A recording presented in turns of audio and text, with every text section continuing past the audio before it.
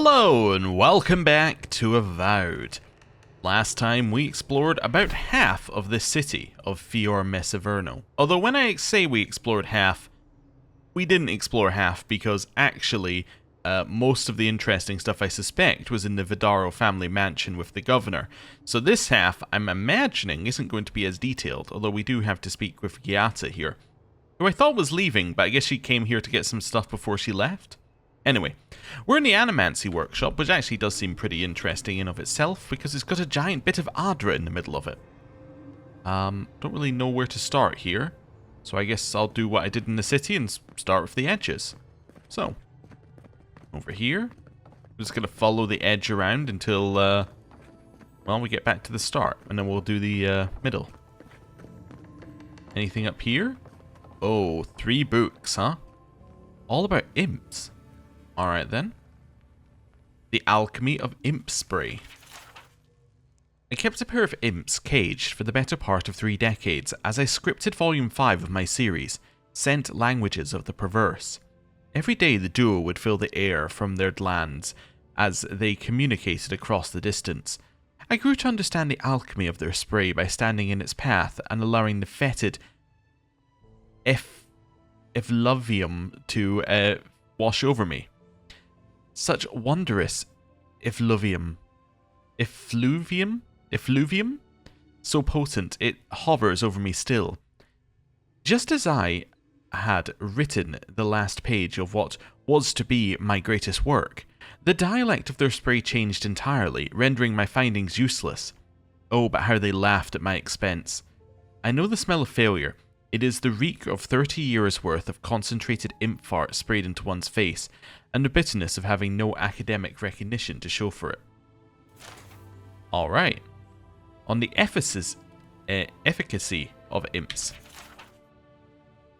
A time-worn adage among practitioners of the arcane arts avers that early wizards compelled imps to service not out of a desire for the assistance, but to banish them from underfoot. I doubt it not at all, for one could not conjure a more unruly, noisome, maladroit, or irascible aid. Why then do we employ these diminutive meddlers? Imps, dear reader, are to a wizard's sanctum as rats are to a ship. Whether out of malign instinct or pure mischievousness, they infiltrate our laboratories with alarming regularity. Inagoth conjectures in his Sensitivity of Simpletons that imps infest any locus of concentrated mystical influence, and accounts of the creatures lurking among the uninhabited ruins of Engwith seem to corroborate his supposition. Yet a wizard's domicile seems to possess a particular appeal to them, regardless of whether it resides at a nexus of spiritual power or no.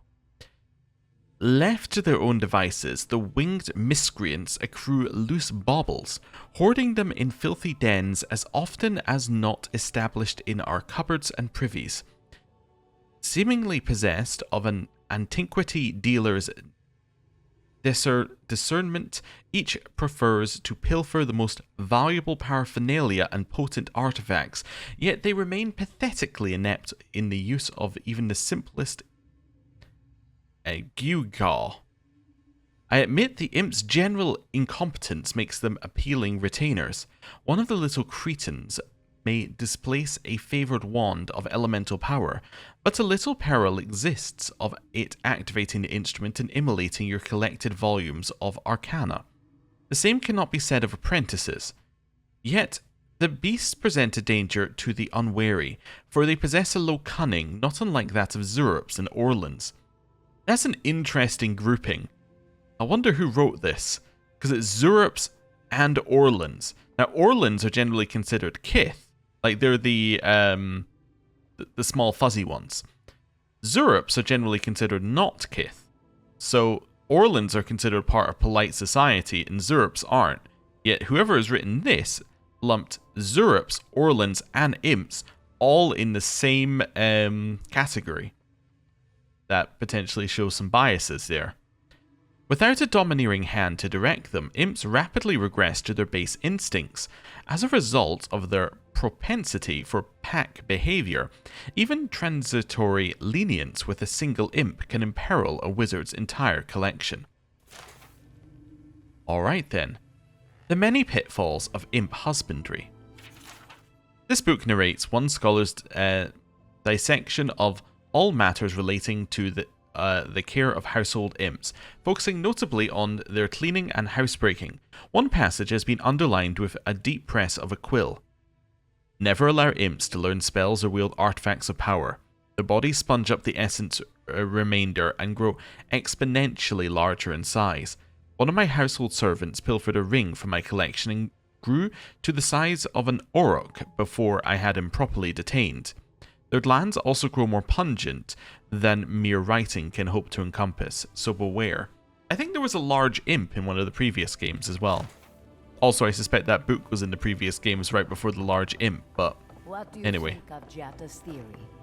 Well, my experiments have been a little... unpredictable? Like, the essence has no sense of direction. How did you know? We should talk, but not here. So they agree, but they don't want to talk here for some reason. The Art of Malicious Compliance by Elia Rosal. When our governor told me to stop bothering him, I moved out of town. When he told me to hire cheap farmhands, I raised the dead. Now he leaves me alone. I have won. Eora Mesiverno was founded on the principle of insubordination. In order to preserve our legacy, we must become a community of the ungovernable. Well, I guess it, was a community created by, Skay Knights. That does definitely line up. Also, I'm just checking. Yeah, no more writing down here. I was just checking if there was anything there, because I wasn't checking until I saw that bit right there. Anyway, doesn't matter. We'll open this. The Moons of Eora. Look up into the night sky and you'll see the moon Balafa, ubiquitous and persistent. She remains forever in view, but also forever out of reach. What many people do not know, however, is that our world is actually orbited by two moons, Balafa and Kalda. Balafa. Hanging low and large in the sky, Balafa travels swiftly in her race around the world, completing an orbit in around 18 days. This proximity and speed can cause extreme tide conditions in some areas, making the seas shift so quickly and rise so high that there are some beautiful coastal areas that are virtually uninhabitable for a good portion of the year. Before we learn the truth behind the cause of the tides, legend held that Ondra, the goddess of the sea, was in love with the moon, and when she saw it in the sky, the tides, great waves, and violent storms that happened were her attempts to reach it. This is why the moon is formally called Sen Balafa, or Ondran Balafa, the beloved or Ondra's beloved. Kalda. 315 years ago, the Grand Empire of Valia suffered from terrible storms and terrifyingly high and low tides. Records show the same thing was happening in the Adira Empire, and that several new Adiran colonies along the Deerwood coast were completely destroyed by storms and high tides that engulfed the settlements. At that time, during an eclipse, Glenfathan astronomers spotted something small orbiting near the edge of Balafa. After much study, they realized it was a small satellite with an extremely irregular orbit. They called it Kalda Deb, or the Black Runner. Since it is smaller than Balafa, it doesn't have much effect on the world, but when it aligns with Balafa's orbit, it wreaks havoc on the tides and weather everywhere. This happens with an erratic frequency and severity and have been dubbed lovers' tides. Kalda has been rolled into the Ondran myth, and when they are both in sight, her desire to reach them is increased tenfold, which is what causes the terrible weather. It is odd in this world how there's the mix of science and religion are very intertwined, and when they find a new scientific thing, they'll try and then write a religious story about it. It's it's cool. It's interesting. Not particularly useful and actionable info, but not everything has to be. Well, I guess we'll keep following the edge. That's what I said I would do. Gyakumo's Invitation. To my colleagues, friends, and naysayers, you're hereby invited to a demonstration of my latest achievement, that of spiritual self-combustion. Bear witness as I set fire to my very essence merely to prove that I can. Do you doubt me? Then come watch me fail. Do you trust me? Then come watch me go out in a blaze of glory. Either way, you will be entertained. I anticipate a large and captive audience. Giacomo Feluccio. Well, that sounds like a very final performance. Madre is healthy. It's the essence I'm concerned about. This again. You're beginning to sound like Giata. Have you ever stopped and listened to her? She might be onto something. I'm sure her mother and father were onto something, and look what happened to them. A little bit of debating, a little bit more about their history. A recent history of Queen's birth, the arrival of the Valians. Excerpted from a letter by Winge Waraki, a Hoana historian, from a collection of her personal writings. The Valians' arrival in Nekataka was not unexpected.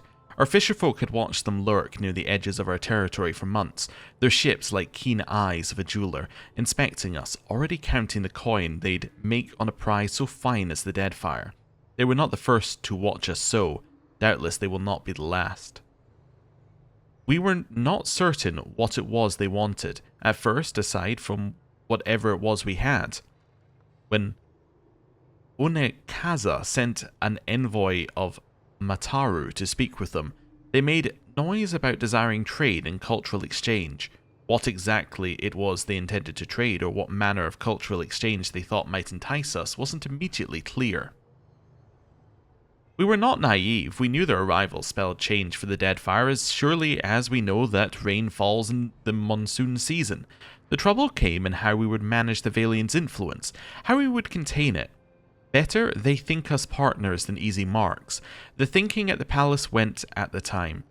We could not risk war with them, as fractured a people as we were, and have any hope of winning it, no matter the power of our water shapers. As the leader of the Kahanga, Onekaza decided for us. She allowed the Valians to set down roots in Queen's birth and begin limited mining operations in the archipelago. She suggested this might ease trade and tensions between our people and theirs, but in truth I believe she only wanted to keep an eye on them. I sympathize with her point of view, but I cannot endorse it because Onekaza forgot the truth of the roots, that they are silent, grasping hands of trees, and that a tree once established cannot be moved without destroying the ground around it. But it was done. The Valians quickly made themselves at home, and the ensuing conflict over who had rights to which islands, which Adra veins, which trading routes, only served to fracture the Hoana further. Then the Rawatayans arrived. By that point it was too late. The colonials were in the Deadfire to stay. Now Hoana refugees flood into Nekataka from across the archipelago, complaining of lost land and dwindling resources, and the trading companies fight a quiet war against each other with our doorsteps as the front. Nagata guide us in this trying time. Yeah. Basically, the setup for the plot of Deadfire. Summit meeting notes on the Deadfire event 2829 AI. Topic: Spiritual disturbance in the Deadfire archipelago. Governor Ignacy Vidaro presiding. All agree that a disturbance shook the metaphysical veil between here and the beyond. Ask about capitalization. Cause of disturbance unknown. Experiment gone wrong. Rumor of giant Adra statue dismissed as mass hallucination. Pierre Quilici requests to contact Republic's associates for second opinion. Governor Vidaro denies the motion. Verdict: results inconclusive. No action required at this time. So they noticed that something was going weird in the Deadfire. They don't know what it is. Obviously, the actual story that they heard sounded like it couldn't be believed, and, well, they didn't believe it. So they just went, well, nothing to do, basically. At least for now. My rejection of so-called ethics by Monto Pastor, or Pastor. This should be good. Animancy is a magnet for naysayers who cherish ignorance over progress and safety over opportunity. I do not deny that our art has produced some misfortune over the years. Balereach, Brackenbury, and the event at Castell House, to name a few. Interesting, so that's Giata's house specifically mentioned here. But why should these isolated incidents cast such a long shadow? When a ship sinks to the bottom of the ocean, no one forces merchants to abandon their trade. I say that we resist society's unjust call to smash our machines and burn our research. We are Animancers. Society is welcome to join us, but we won't hesitate to leave them in our dust. A little bit of whataboutism there. A pretty solid amount of whataboutism there. Can I just... Looks like I can just go into the Adra. Won't do it just yet, but in a minute. I can't let anyone else discover this. Hello. Envoy. I'm sorry. I'm not in a place to talk right now. Tell me about what you're working on. Yesterday, I made an incredible discovery. We can use half as much Adra to achieve the same results. And then I thought, what if one day it's a third, a quarter, a speck? Wouldn't that be a good thing? No. To harness these forces for so small a price is too much power. Who knows what kind of chaos we'll create? I have been reading Athelmir's treatise on Wotica. Perhaps she's right. Maybe Animancy should be reined in. Okay. So this is very similar to the argument that you get in modern times, that modern war has reached a point where it's now too easy to achieve your results, right? Like, imagine back in the day, like, we'll just use fictional places, right?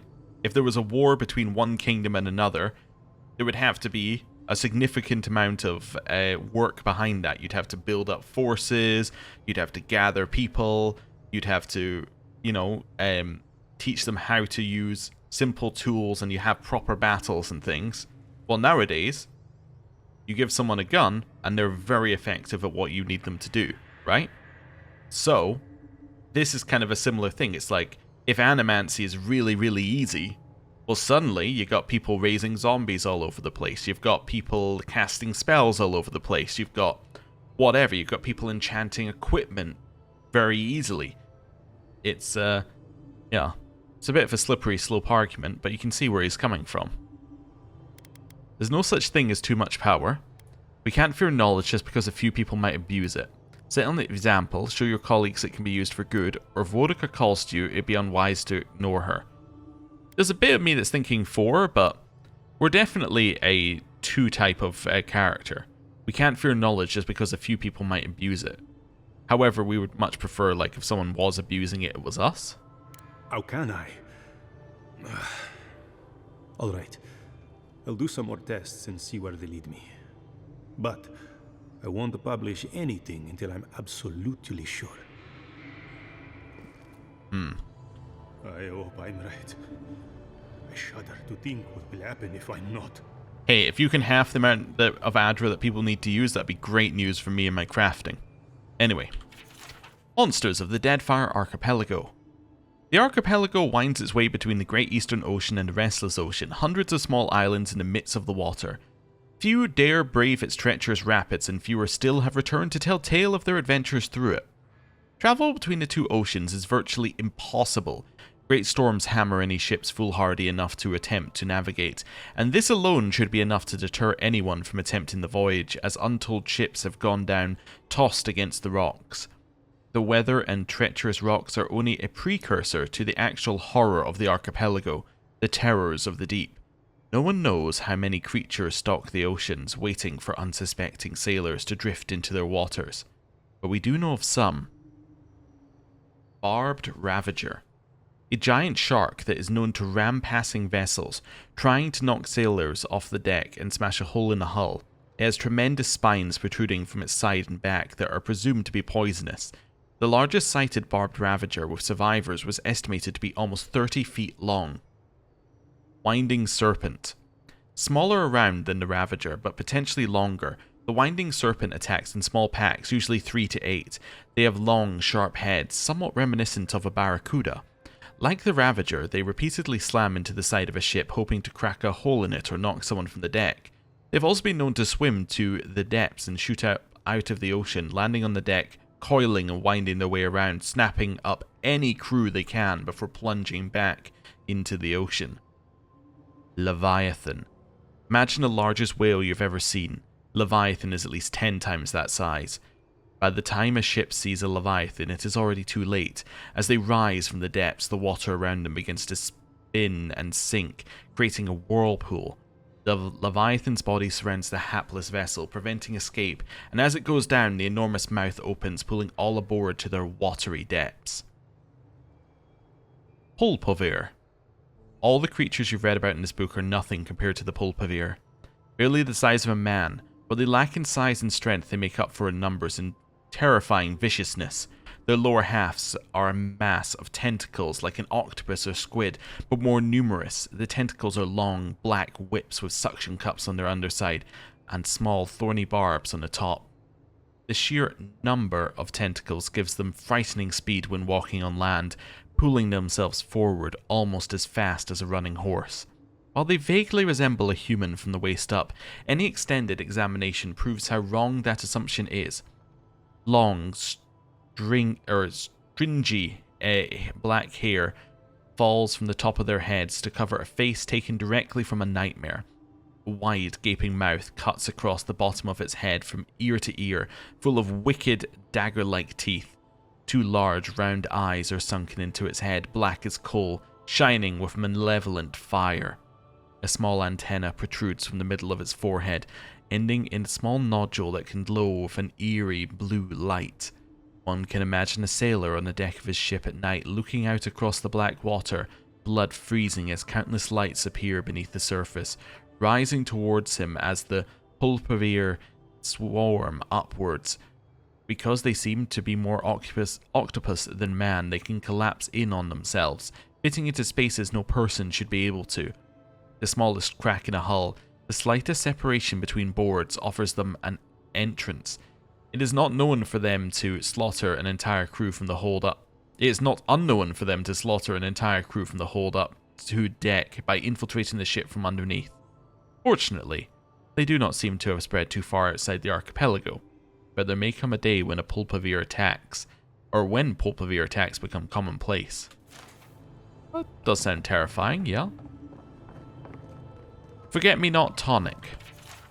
Instructions for use. Take 1 cupful approximately 1 hour before beginning tedious activity. If administered correctly, time should appear to pass more quickly and tasks should feel more tolerable. Side effects may include amnesia surrounding the dosage period. Yeah, that doesn't sound like a good thing to be out in the world. Tides and Moons, a natural historian's account. We have all heard the legends of Ondra and Sen Alafa. Interesting that has the dots above it this time and it didn't in the other document. Wonder if it's written from a different cultural perspective. And the explanation that the goddess's love for the moon causes the tides.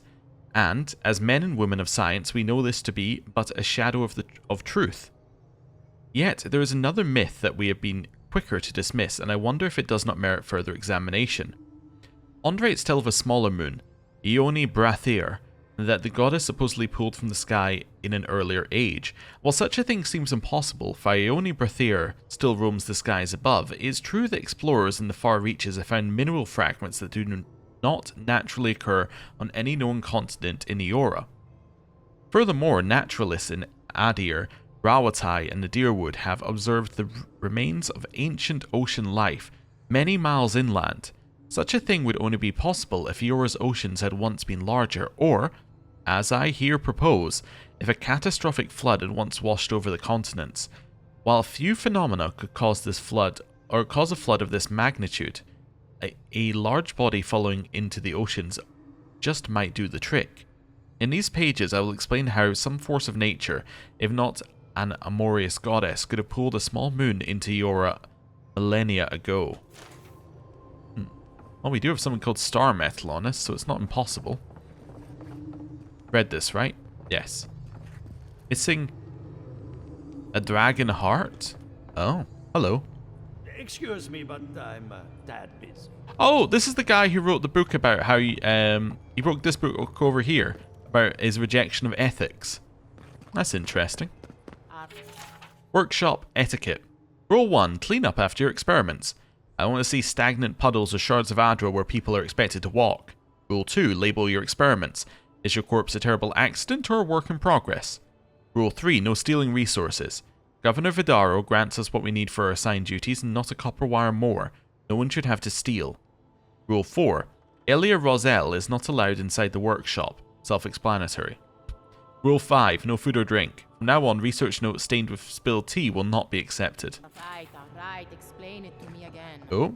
Imagine a river of essence. It feeds our crops, enriches the soil, and fuels our experiments. So where is the source of the river? What have we really been tapping into all these years? I shouldn't be sober for this kind of talk. Fair enough. Can I open this door? No, I appear not to be able to open it or to go to the Adra. Huh. But if I had a dragon heart, I could put it in there for whatever reason. I don't have a reason to put this in there. I have no quest, as far as I know, that's related to this. I can just put a dragon heart in there. For whatever reason.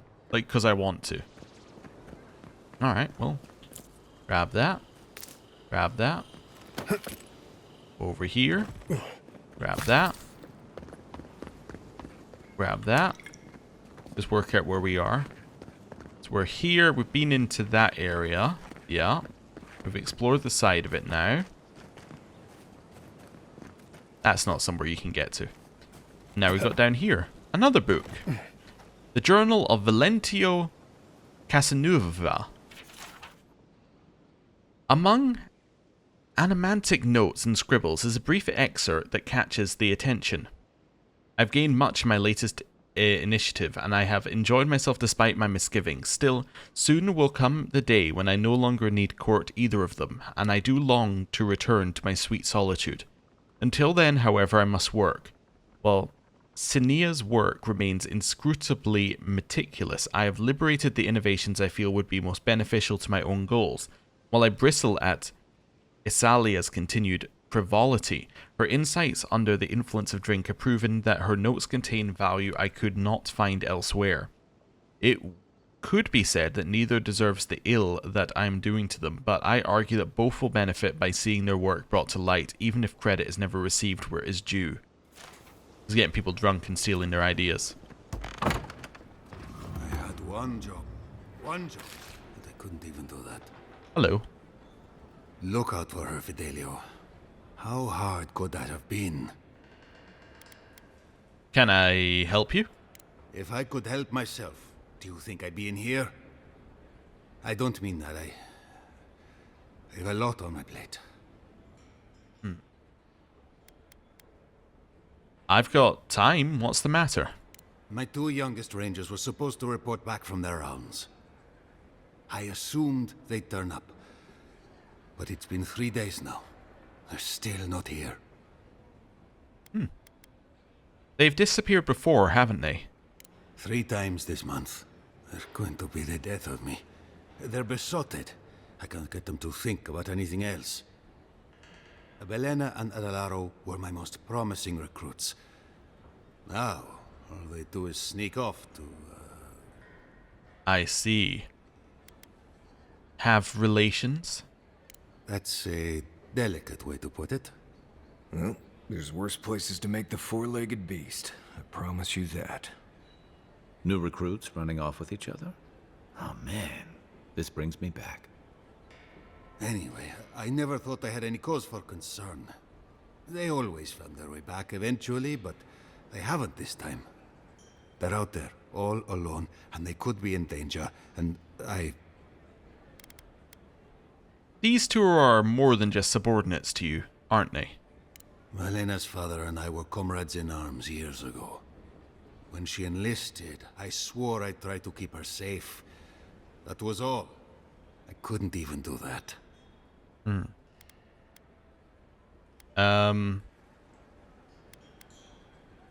Well, let's say you don't have to explain yourself. I'd be worried about my charges too. The last time I saw them, I sent them to patrol the northern riverbed. If you go that way, please, keep an eye out for them. I'm losing my mind in here. 2 young Nemdutin wandering out by a river. Consider them found. Maybe we don't look too soon. Give him a while. Know what I mean?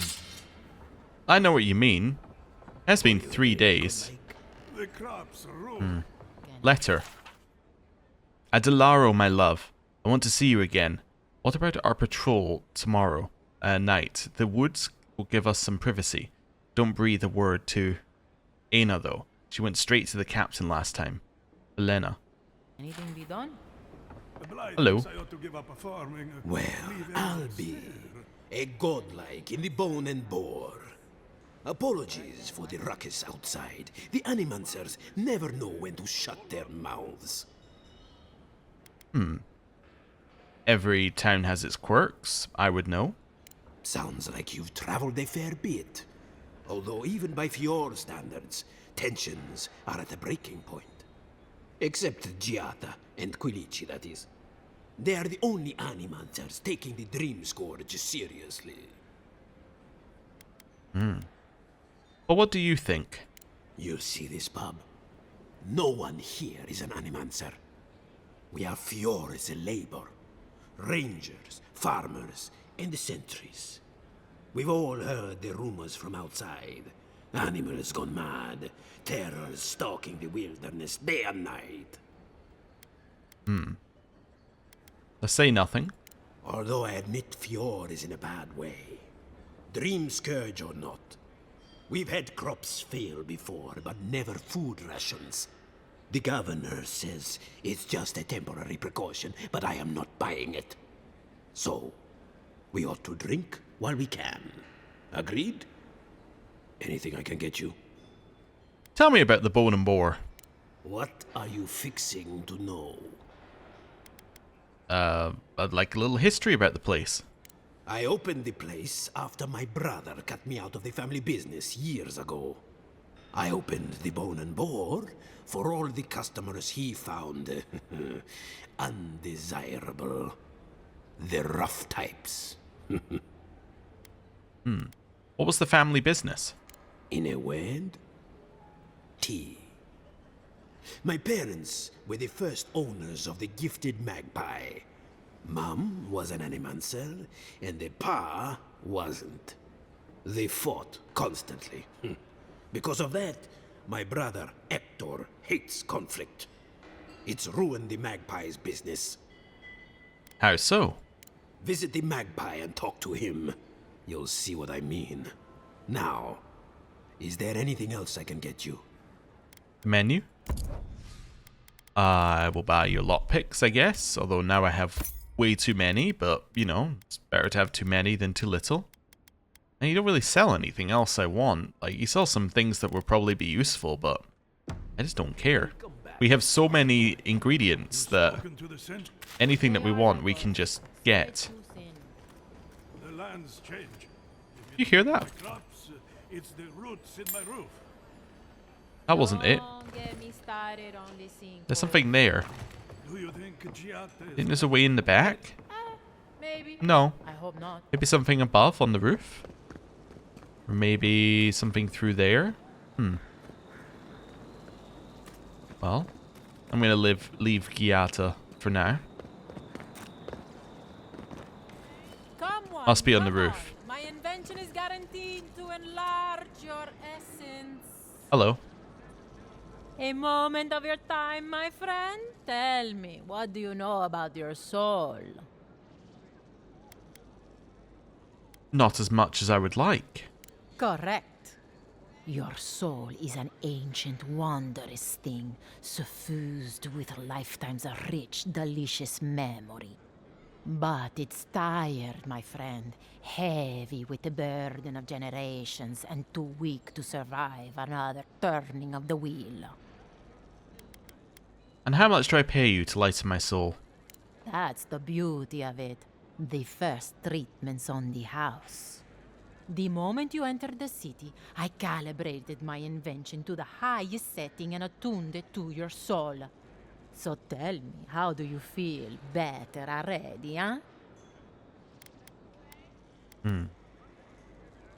My soul feels lighter, as if all my worldly cares have fluttered away. Oh, I'm so glad to hear it. From this day forward, your life will be one of bliss and satisfaction. Do remember to tell your friends about all the benefits of Animancy. Enjoy your soul. You have a thing for sticking your head in the bear's mouth, don't you? Yes. Oh, I can't climb that. Let's go this way. And... jump.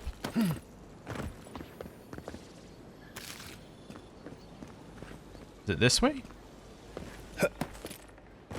Wait, is there a way upstairs here normally, or have I just found a way upstairs? Oh yeah, we've been here. We've been here. I can still hear something down there, but that must be like through here somewhere. I'm just basically trying to put my head against the wall.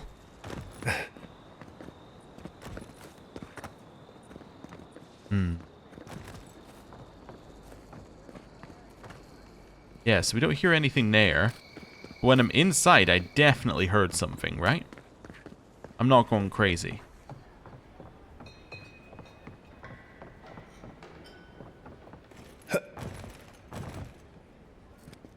Oh, maybe I'm going crazy. There's no noise there anymore.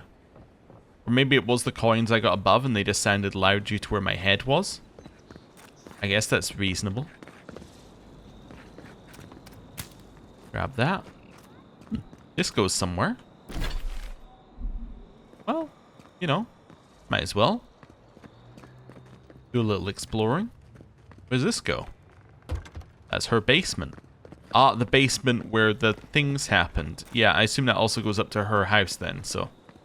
let's leave that alone. So that'll be basement where the experiments happened. Her parents' experiments. Wonderful, powerful, self-aware, and rich with insight. Insight, you say? Indeed. The spirits have access to lifetimes of knowledge. A little knowledge would do me good right about now. A pity I must wait until I'm dead. Alright then. Frustrated scrawl. Souls are made of essence. Essence is made of... why are hostile spirits visible to the naked eye? Undiscovered gods? Map into beyond? Soul compass, is that something? How to hide our work from the gods? Tea? Soul tea? If I don't settle on a dissertation topic, my mentor is going to kill me. Of course, we are at the tea house, the brother's property. Would you care for a refreshment? Yes, I would care. For one, I'm gathering many from your tables. And we'll take the money. Have a little look back here. Yeah, fresh water. So nice of you to just leave all that stuff out for me. Anyway, hello. If you are looking for sanctuary, you have found it. The Gifted Magpie is a house of calm, rational discussion. We have only 2 rules of conduct. Maintain dignity and speak in a soft tone of voice. So the opposite of what I heard at the governor's mansion. Indeed. There is a reason I prefer to keep the doors closed. Animancers are miracle workers, but their work breeds obsession, rivalry, and bitter disagreement. You must see a lot of animancers around here. Their anxiety keeps me in business. This tea house is where troubled minds come to approach problems from a quieter angle. Maybe that's why Animancy is so unreliable. Everyone's fatigued. Imagine what we could accomplish if more Animancers took a little time to focus on themselves. Now, will there be anything else? Why is this place called the Gifted Magpie? Do you know that a Brit has a crush on you? We'll do that later. Why is this place called the Gifted Magpie? Believe it or not, this building was once my father's grain warehouse. One day, a magpie landed on the rafters and spoke fluent Valian to anyone who would listen. What did it say? Among other things, it told my father the recipe for a blueberry tart. Popular item until the recent troubles. Helia is the goddess of birds and creativity. Yes, the spiritual significance of a talking magpie is debatable. But the tale inspired others to make this a haven of creativity. And so, here we are. What happened to the magpie? Who knows? Either it flew away on bad business, or it was just a metaphor to begin with. A good story knows where to end itself. The bad ones all end in grief. Talking about stories that could end in grief, do you know that a Brit has a crush on you? What? I mean, I'm sorry. What? Could you possibly elaborate? I found a note by her shop, very steamy. Oh no, I mean, oh yes? It's just that these sorts of things happen to other people, but never me. I wouldn't even know where to start. Well, I definitely wouldn't know where to start. I don't know who a Brit is. But Kai, you seem like the right person to ask. You're overthinking this. Invite her around for a cup of tea. It seems I need to gather my wits and figure out what to do next. I have no skill with romance, you see. Oh dear. Can I order some tea? Regrettably, we are out of tea. My stockpile is exhausted, and the harvest has not kept up with demand. We have other goods for sale, if you care to peruse them. Trinkets I have collected over the years. No tea in a tea house? The fields have been unproductive of late, and what grows has not risen to our standard. I am hopeful that this is a temporary setback and not a sign of things to come. Let's see what we have for sale. So, you sell fine robes, that's fine. War Mage's Bracers. So increases the damage done by shock and lowers ability essence cost. These are pretty good for us, potentially. These delicate looking golden bracers are in actuality quite durable. Channeling electricity while wearing them is drastically more potent and should only be done if there is a thick layer of clothing between these bracers and their wearer. When particularly powerful spells are channeled, however, the gold can grow so hot that it scorches the wearer even through their clothing. Treasure Map. Practical Pockets. A good ranger is prepared for any challenge, but the best ranger has snacks on hand. Now that I've retired, I have no further need for my coat of many pockets. Use it in good health, though mind the crumbs and the smell of cheese. I'll buy this, sure. I mean, that seems like a good thing to buy. I can't think of a reason not to click the button, so I'm going to click the button. Yeah. Oh, that's definitely some way to show this. I'm going to just click forward and we'll move on. The text appeared to be the same. I don't know why it was wobbly. But that was a quest, so I felt we should grab that one. Even if all it gets us is an item. Which you could say is effectively just like buying an item, just we don't know what it is. But anyway. So we've been this way. Been on that roof. We've been in here. Been around there. Been there. Oh, have I been up?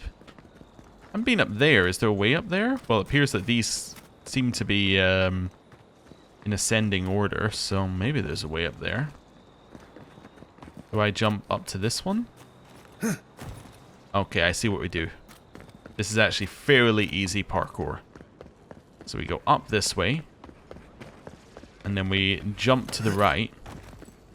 Then we jump over here. Then lets us up here.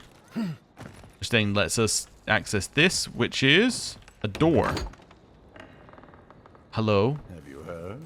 Giata's causing trouble at the governor's mansion again. You must admit she has a point. We should do something about the Dream Scourge. Not simply wait for it to pass. Be careful with that kind of talk. The governor has ears all over town. Just waiting for them to finish talking before we went on to a book. Crumpled letter from Tane, the wizard. Dear Len, you would love it here. The Living Lands is quite a vacation spot. Even the small mushrooms are as large as giant mushrooms. They remind me of Maura. Poor sad Maura and her mushroom-riddled face. Oh, I haven't met any dragons yet, but I will let you know the instant I do. Then we can both have dragons.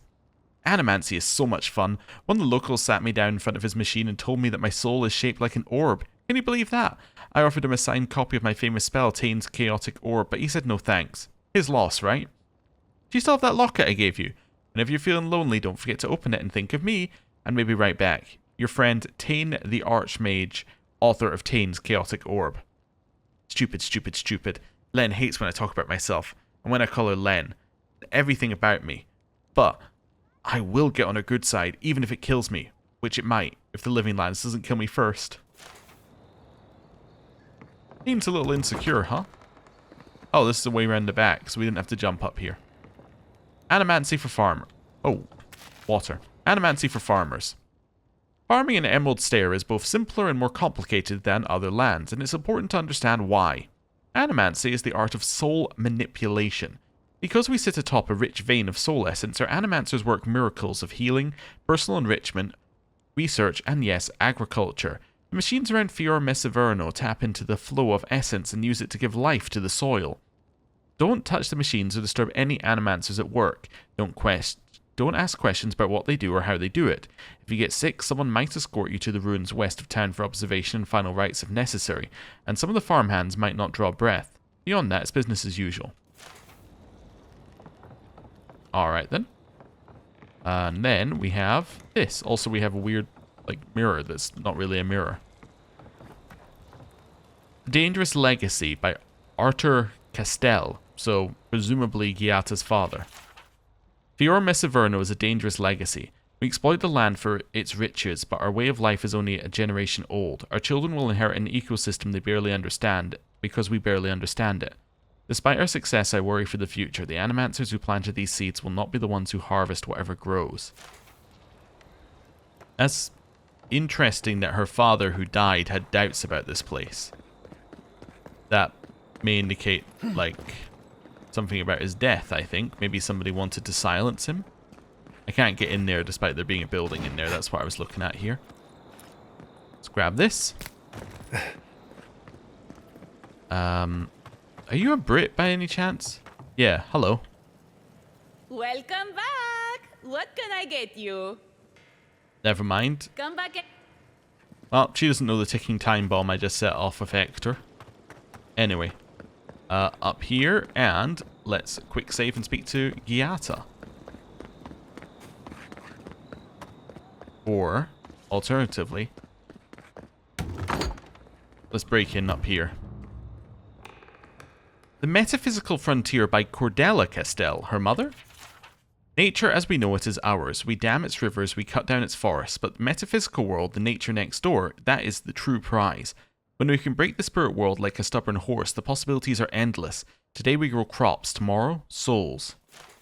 Oh, wanting to grow souls. I can't see how that would end in anything bad. Giata's journal. This crop shortage is the perfect opportunity to test my family's research, but of course I'm getting nowhere with Ignacy. He has the town wrapped around his little finger.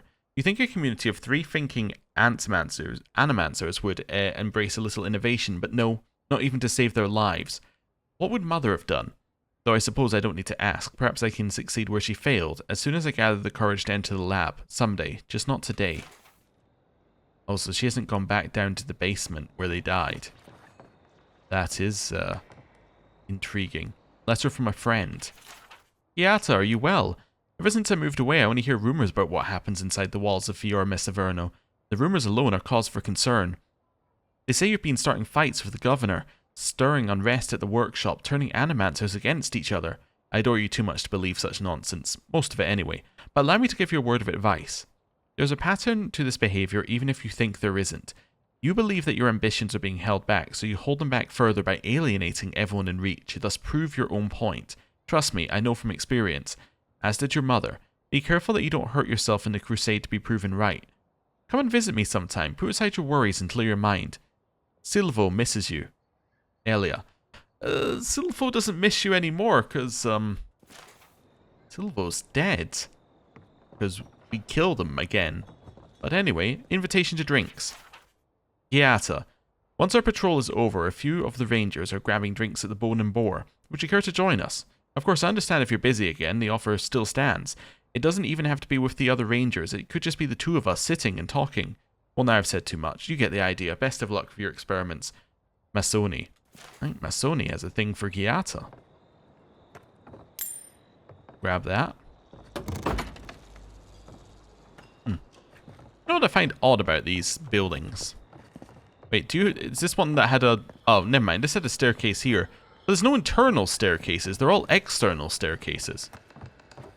Now, there's an odd bit of architecture. I'm wondering whether it's deliberate or whether it's purely because they didn't want to have internal stairs in these buildings because it made them too big or something. So they made them all designed like this just so that it was easier to have in the game, like to organize levels, but I don't know. Anyway. Maybe it's so you can separate the bottom and the top more easily. If you have a separate set of stairs, then you can do that. Anyway. Quick save. Let's walk in here. That did not go as I had planned. What did you think would happen when you confronted him so?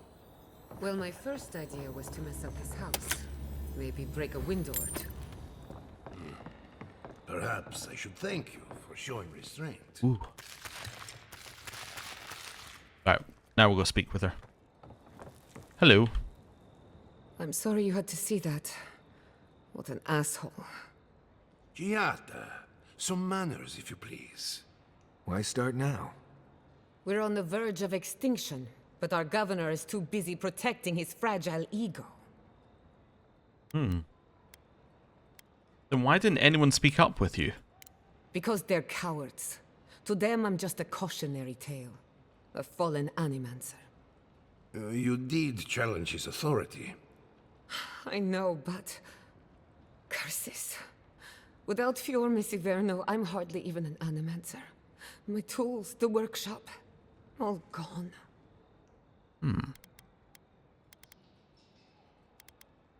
Well, let's say, I'm sorry about your exile, Giata. So am I. At least now I'm free to study whatever I want. On my terms. The Dream Scourge has been a thorn in my side for too long.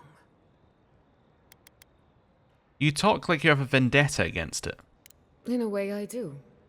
I have plans for this island, and they don't involve the Dream Scourge. But that's a story for another day. Your parents would be proud to see such tenacity. Anyway, listen to us babble. Let's talk about you. I never expected to see an Adirian envoy here.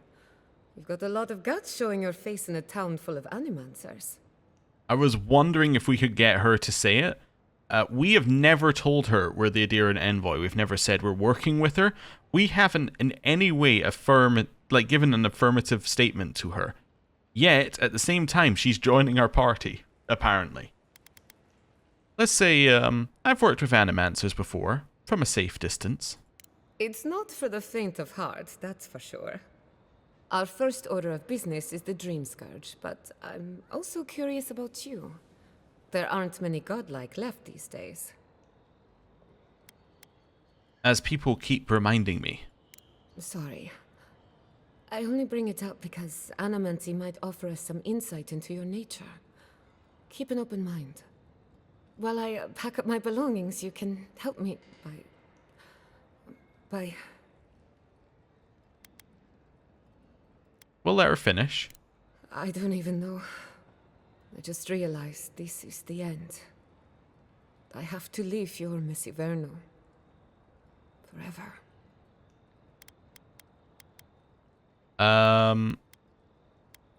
Well, take all the time you need to think it over. As much as I would love that, we're already out of time. When it comes to the Dream Scourge, we haven't been allowed to acknowledge the problem, much less act on a solution. Today, that changes. I need help from the Animancers around town, but as you can see, I'm an outcast. So it's a professional consultation we're after. I can handle that. Glad to hear it. Your education should come in handy. Monto Pastor is in the workshop due west. He's got an invention that can help us. Elia Rossell is an authority on the undead. Her methods are controversial, but useful. She lives in a cottage southeast of town. And then there's Yvette and Remy, our philosophers. You'll find them at the docks, southeast of Fjord. Each of them owes me a favor. Drop my name, and they'll tell you what they know about the Dream Scourge. Elia might not like us because she might have found out that we killed her first risen undead in the farm, but maybe she doesn't know. What do you expect to learn? I'd rather you find that out for yourself. Whatever it is, I won't be disappointed. We're about to make history. But first, research. Guessing she's not much of a hunter. Might want to get extra rations next time we go shopping. Godlike, Imperial Envoy, Research Assistant. Who knew? Book. Ecology of the Living Lands by Artur Castell, her father. No one can explain why the living lands naturally grows and thrives in an unnatural manner. We've seen plant life consume mountains overnight, creatures tall enough to knock over mighty trees, and beneath it all a potent river of wild essence. Civilization has not found a stable foothold in the living lands. Whenever we try, there's some reprisal. Almost as if the island knows how to shrug us off. Also do not see a key to this basement. We are going to have to ask her specifically for it. Oh. Giata's award. The award for Best Achievement in Agriculture goes to Giata Castell. Thanks to your hard work and innovation, last season's pumpkins were larger, rounder, and grew at record speed. Please join us to receive your award of 10 copper bars and a slice of Vanessa Pastor's Blue Ribbon Flashberry Pie. Well done, Giata. You earned it. Q. Ah, that'll be, yes, her mentor. Hello. I hope you aren't afraid of lightning. Where there's Animancy, there's bound to be lightning. We'll talk later. I'm counting. I need a key to your basement. I guess I can't have that yet. That must be plot related. Alright then. Or we'll get thrown out of the pub. We're already. Oh, I was gonna say, or was that through the wall? Huh. And when did that happen? Can't say as I remember. You, my friend, need some water. Alright then, so we now have a lot of quests. Probably don't want to do this one immediately. Well, depends whether we think we're getting Giata after this stage of it. If we are, then we probably do want to do it immediately. But before we do that, I want to go here. Ah, I was going to say to speak to you, but you can also speak to you as well. Beautiful indeed. Its very presence brings on the color of your eyes. But That's the pot. is it not too similar to the other artifacts you've collected over the years? The artifacts have been here longer than you, my love. And here, they'll stay. Hello. Did you still need something, dearie? Why do you live here with Quilici? Well, when a man and a woman love each other very much... That's probably enough detail for now. I am sure the envoy can use their imagination. Oh, I couldn't help myself. The joke was right there, my love. The short answer is that I moved in here with Quilici several decades ago, and he's yet to tire of me. Ugh, I could never grow tired of you, but I do often grow tired with you. The distinction is important. I'll leave you two to your vices. Music to my ears. We'll speak later then. Hello. I'm afraid we missed introducing ourselves in the middle of all the squabbling. I'm Pere Quilici, Fiore's senior-most Animancer. My apologies for that little display earlier. Your reputation precedes you. I've met Valians who speak well of you. You don't say. After all these years. I knew my colleagues took it hard when I left, but It was worth it. Now our dream of bringing Animancy to the Living Lands lives on a razor's edge. Fjord is slowly unraveling, and all our research points to the Dream Scourge. Vidarro claims Animancy will shield Fjord from ruin, yet denies the workshop's own findings. Denying evidence during a plague can only lead to ruin. Comfort has dulled Fjord's memory, and yet the signs of ruin are clear. And then there's you. I met my fair share of godlike in Valia, but they are a rare sight in Fjord. But you're different than those I've encountered. Perhaps your appearance here is not a coincidence.